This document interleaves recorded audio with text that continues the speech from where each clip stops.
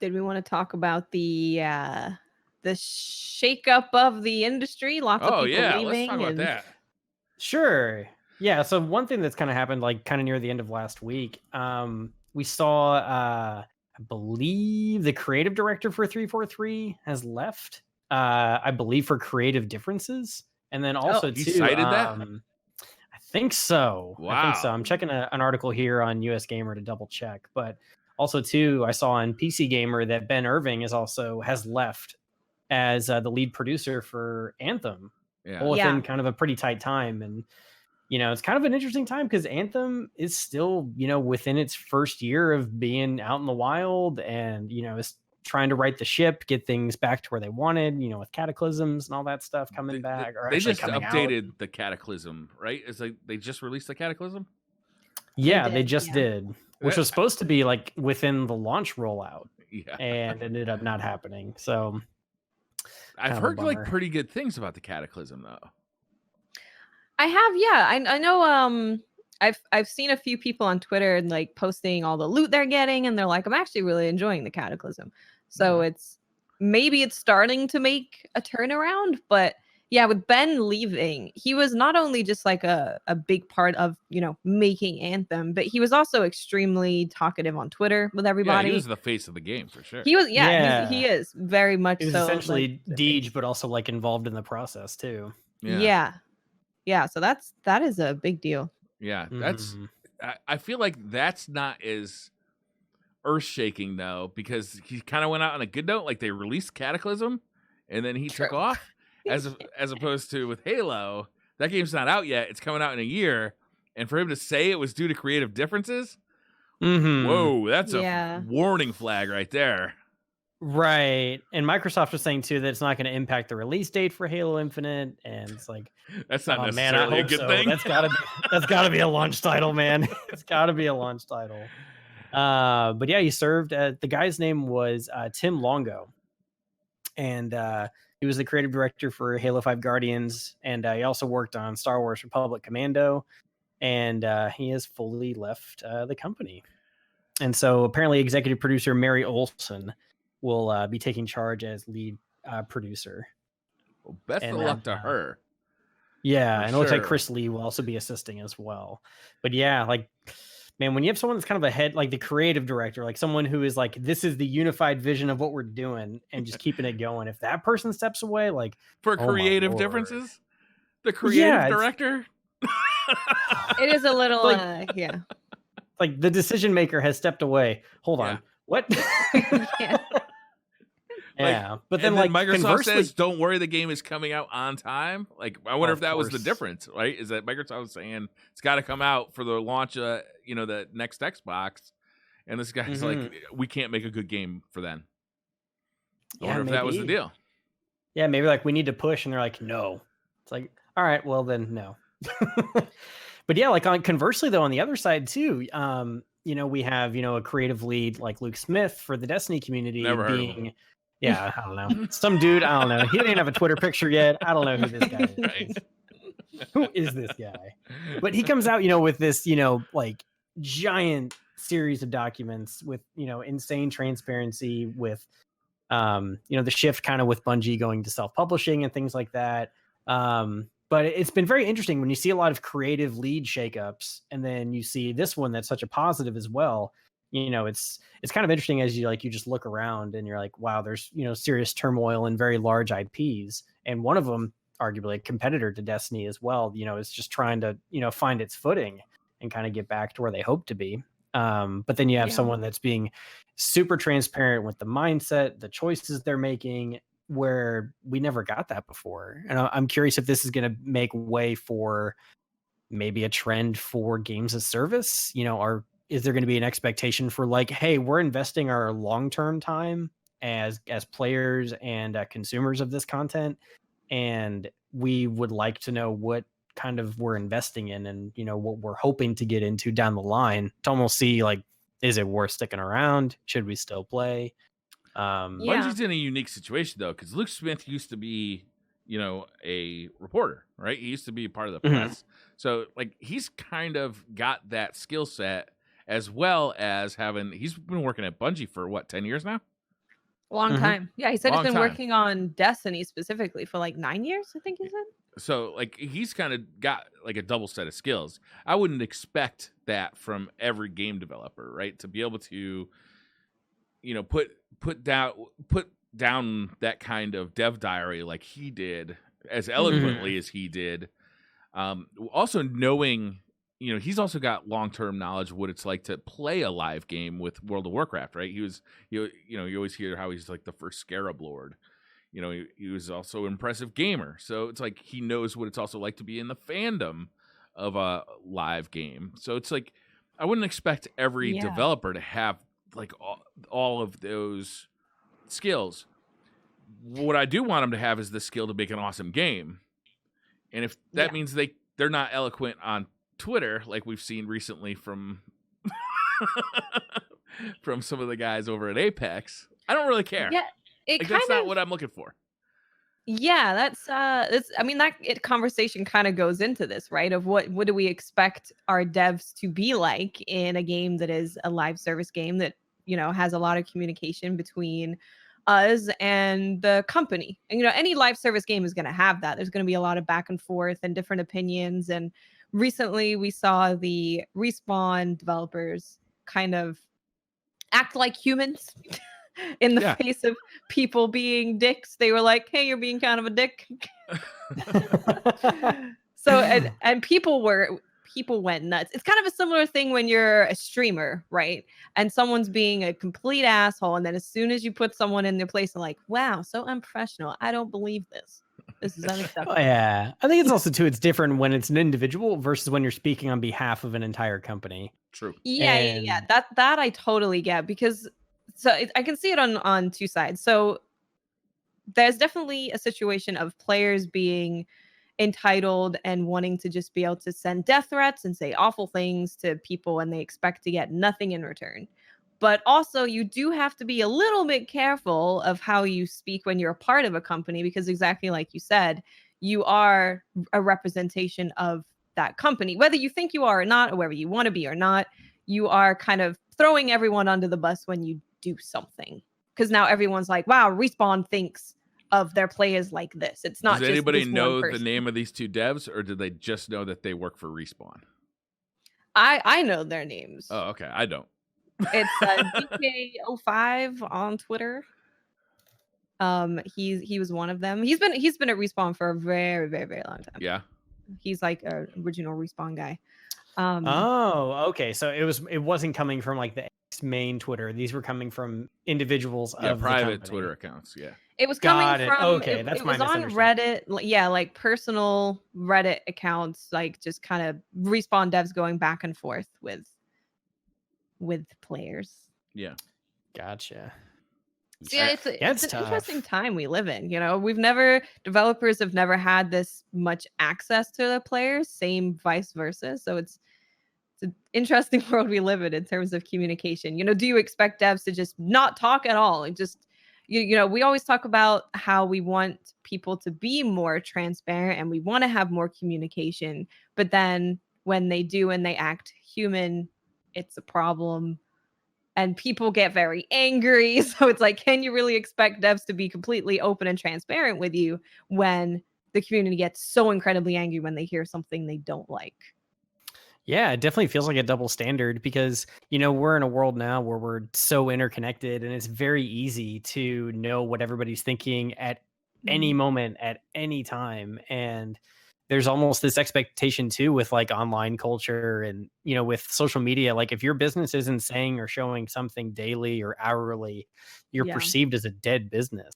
And when sometimes you feel like you're going to address something like in the moment, there's pros and cons to it. One, it shows like, yes, they're actively looking and yes, they can truly say we do read everything. But at the same time too, you're also kind of held to the same standard of, if you kind of go at it negatively or aggressively, or it can be tough. And it's even like with streaming too, some people will give advice to broadcasters, like don't engage trolls, and some people will, and, it can be a mixed result depending on who it is. And I guess the, how motivated the other party is, but, it can be a tough situation. It can almost be a lose-lose regardless. Like you could be accused of be. not listening, or you could be accused of like, oh man, being too vulnerable and, unprofessional. Did they go through PR? Apparently not. And it can be hard. Yeah, it's really interesting. I think we're going to see how games as a service kind of have a standard practice of keeping up their communication. I think for now, at the moment, it's super standard that if you are a game that is updating constantly, you are tweeting very consistently, you're putting stuff on Instagram, you're uploading videos. Like it's that social media account is constantly going. Yep. Yeah. Just I wonder how deep that communication is going to go with other games. I personally love that we got a director's cut from Luke. I think that I would love to see more games do that. I know that not everyone has his very special set of skills, which he does. He's a really elite gamer. He's been a part of a live service game, like you said, Briar. He's got really unique skills in one person, which is pretty cool, actually, if you think about it. Yeah, definitely someone you want in charge. Yeah, multifaceted for sure. And it's gonna be interesting if other people start doing that, because I think it is good. It's nice to hear, the decisions, why they were made, the goals that they had, what didn't pan out, what did pan out, just so you can know what kind of page the company is on. Because even if someone says something that you completely don't agree with, you at least know that that's their goals. And now all these decisions are making sense because they had this goal that maybe doesn't align with yours.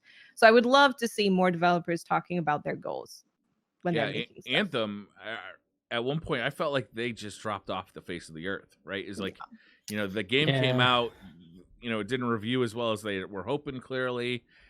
And they clearly decided, well, we need to put the nose to the grindstone here. And they just dropped off the earth. So you had a community that was just in turmoil. And,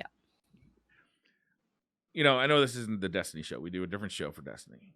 But one of the smartest things I've seen the devs at Destiny do is they had a problem where they had this one shotgun that was just completely overpowered. And they addressed it. They said, we're not going to fix it today. We need people to go home and have, happy lives, and nobody needs to be working 80 hours a week to fix this shotgun. But we're going to we're not going to force crunch to fix what is a known issue. Right. But what I think was smart is that they addressed it so that the community knew that Bungie was aware of it, and they said, we are working on it. It's coming in a month and a half or 2 months or something like that. And for me, that was like, okay, cool. You're aware, you're fixing it. We know that. We don't even have to talk about it anymore. Yeah.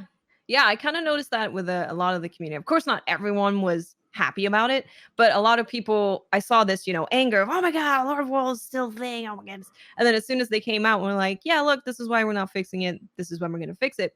I did see a massive calming down of the community. They were just like, oh, all right, okay. Obviously it's different for a game like Anthem where it just like there's so much they had to work on.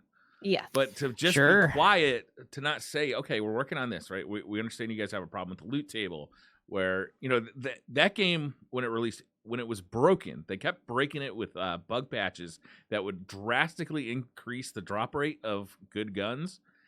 And that's when players were happiest playing that game. And then they would fix it, reduce the drop rate, and everybody would just go ape shit. And it was like that ebb and flow of happiness and, being mad, it seemed to be completely ignored by the devs. They never addressed it. Yeah, there wasn't like they broke it, everyone was super happy about the loot, and then they fixed it and people weren't happy. After that, there wasn't a communication of like, okay, we're hearing that you guys like this. This is what we're thinking of doing for the loot. How does that sound? It was kind of just like, we changed it back. Just get over it. Good luck. There was just no talk about it at all, which was really strange because normally when there's a big reaction in the community, someone would come out and be like, okay, we hear you. But there was kind of nothing. So what do you think? Like getting back to the beginning of this conversation, what does you think this means for Halo? What do you think it means for Anthem? Jeez, dude. Like honestly, with Halo, I really think like I don't know. Like this is even like maybe bringing in some stuff you guys talked on your last episode, like with Ninja and everything. I really do think Ninja's conversation with Microsoft was really a Halo conversation. And bringing him in to maybe be kind of a part of that game and maybe that marketing campaign. And maybe it turned into a mixer conversation after that. But, I mean, I wouldn't be surprised if we see a Ninja Microsoft like collaboration with like a console and maybe like even a Ninja skin inside Halo, because he used to be a pro Halo player. Could totally see it being a thing. Maybe that led to some of the creative problems, but it's hard to say like how much is he actually going to impact the dev cycle. Like I don't think it's too much to think that there might be some weird stuff at the finish line. They still have a year to go, right? It's like a 2020 release. Yeah. So I mean, I don't know. I could still see the game functioning as usual, but a year of dev time that's a long time. A lot can be done and a lot can be left undone. So I'm hoping they still, hit their stuff, and I hope the studio isn't like put into overtime mode for the next year for a title that big. And then Anthem as well, like, geez. I mean, No Man's Sky, though, I think is a good case study, even tying it back to VR. Oh, same kind of thing. They jumped off the deep end and just went silent for a very long time. Yeah. And then they have their initial update, super silent. Beyond is here. Okay, things are now excellent and awesome. So it can be done, and it's been done recently. Now, games as a service, totally different games, but a game that had major expectations, lots of marketing, pomp and circumstance, with Sony for No Man's Sky and EA for Anthem. I want to give them the benefit of the doubt. People, work hard and want to do their best at everything they do, especially in a creative industry. I believe that the people that are working on Anthem down in Austin want to do their best, and they want to put out the best game possible. And I think there's a chance for it to return, but it's just kind of, man, I don't know what they're going to have to go through to make it happen. But I believe that the ship can be righted, but they're also going to need some people at the top too to, replace Ben's slot and be ready to, roll up their sleeves. And this is going to be a long game fix, not like, putting out quick patches like the past. Yeah, it's really interesting with No Man's Sky because they basically completely changed the game for the most part. It was a first-person exploration game, and they changed it to third person. They added a bunch of stuff. So it's not even like they just changed little bits here and there. They did do huge changes to their game. So it's totally possible that, even if Anthem has these really deep-seated problems where they need to severely change the design of something or how they go about something, they can do it. It's just, it is hard with games as a service because you're almost always behind. If there's a problem, you're always behind because you're supposed to be adding new content to this game because it's a service. But then when you have all of these problems that you also need to fix, you're like, okay, so we need to make new content, but we also need to fix the entire game. So it is definitely a really big undertaking. And I hope the person who stepped into Ben's shoes had a bit of a heads up that this was happening, because you're just like, hi, you're just now the producer of the entire game. That's a hard thing to just kind of jump into. With Halo, I think the only is it concerning? Is it a good thing? I don't know. Depends on how you feel about this particular person's creative design, but it would be a bit concerning that creative differences was the problem, because then it's like, well, what road is Halo going down that made this person want to leave? Mm-hmm.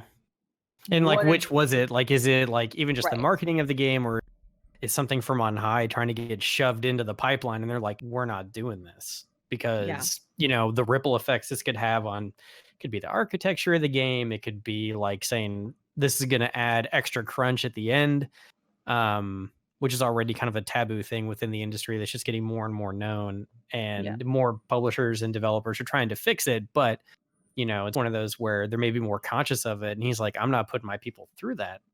But yeah, I agree. Yeah, it could be many things. I would love to know what it is.